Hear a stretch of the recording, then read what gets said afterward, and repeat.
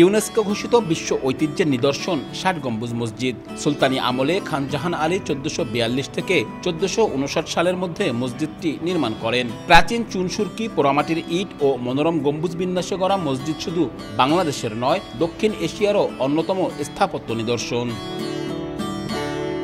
কিন্তু জলবায়ু পরিবর্তন ও বেড়ে যাওয়া লবণাক্ততার প্রভাবে ঐতিহ্যবাহী স্থাপনাটির কাঠামো নষ্ট হতে শুরু করেছে।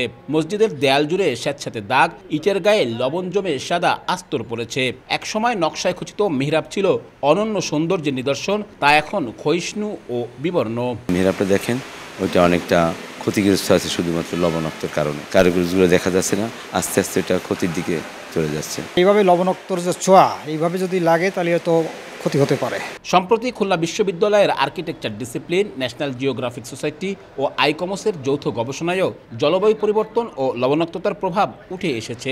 অতিরিক্ত বৃষ্টিপাত, তাপমাত্রা বৃদ্ধি, বাতাসের আর্দ্রতা, কলকারখানা, সড়কে পরিবহনের ধোঁয়া ক্ষয়ের কারণ বলছেন তারা। জলবায়ু পরিবর্তনের এই কারণে এই নোনা প্রবণতা আরও বেড়ে গিয়েছে এবং সেটা আসলে রুটিন মেনটেনেন্স এবং এইটা যে কনজারভেশন হবে, তখন এই বিষয়গুলি মাথায় রেখে যদি আমরা এটাকে সামগ্রিকভাবে চিন্তাভাবনা করি তাহলে এটা ভালোভাবে কাজ করবে বলে আমার। এদিকে ঐতিহাসিক ৬০ গম্বুজ মসজিদের ক্ষতিগ্রস্ত মিহরাব সংস্কার ও করণীয় ঠিক করতে একটি বিশেষজ্ঞ কমিটি গঠন করেছে প্রত্নতত্ত্ব অধিদপ্তর। ইউনেস্কোর সহায়তা নিয়ে দ্রুত সংস্কারের পরামর্শ দিয়েছে কমিটি। যে কোনো সময় কলাপস করতে পারে, সুতরাং আমাদের যে রিসোর্স আছে সেটাকে ইউটিলাইজ করে লোকাল টেম্পোরারি কোনো কনজারভেশনের ব্যবস্থা করা যায় কিনা, করলে ইমিডিয়েট সেটা সেই পদক্ষেপটা নেওয়া উচিত। প্রতিদিন গড়ে ৫ শতাধিক দর্শনার্থী ৬০ গম্বুজ মসজিদে ভ্রমণে আসেন।